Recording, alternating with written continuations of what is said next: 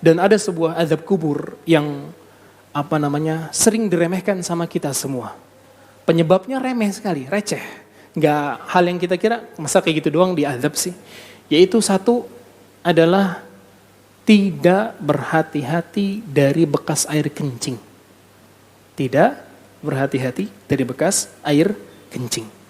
Kisahnya adalah Nabi SAW waktu itu pernah suatu ketika jalan, kemudian melewati 2 kuburan.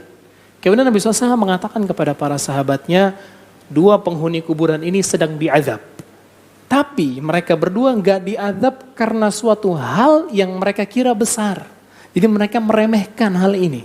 Tapi ternyata hal ini besar di sisi Allah Azza wa Jalla. Apa yang pertama tadi?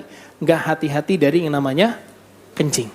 Yang kedua adalah namimah. Fakana yamshi bin namimah. Kerjaannya namimah. Namimah tahu bu?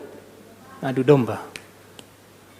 Menyebarkan berita palsu tentang si A supaya berantem sama si B. B sama C. C sama D terus dah. Dia kerjanya begitu. Menyebarin fitnah. Dan ini ada ya di tengah-tengah kita. Dan mungkin ibu-ibu pernah merasakan sendiri ya, difitnah sama orang sampai berantem sama orang lain. Padahal kita nggak melakukan. Padahal orang itu juga tidak melakukan. Tapi karena hasadnya orang ini, akhirnya dia mau merusak hubungan kita. Ya.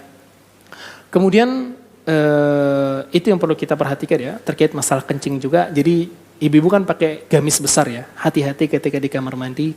Kalau memang berasa ada yang kena, segera dikucek dengan air. Supaya tidak terjerumus di dalam dosa ini. Karena auzubillah, ketika kita sudah Masya Allah ibadah, Masya Allah lancar dan sebagainya. Taunya ada hal-hal yang ternyata besar di sisi Allah kita nggak tahu. Malah menjadi sebab kita diazab di kuburan. Karena auzubillah. Dukung Al-Hujjah untuk punya tempat sendiri. Salurkan wakaf lahan melalui Bank Syariah Indonesia. Nomor rekening 7796001377. Atas nama Al-Hujjah Dakwah Islamiyah. Dengan memberikan kode 300 di belakangnya. Contoh, Rp10.300.000, syukron, wa jazakumullah khair.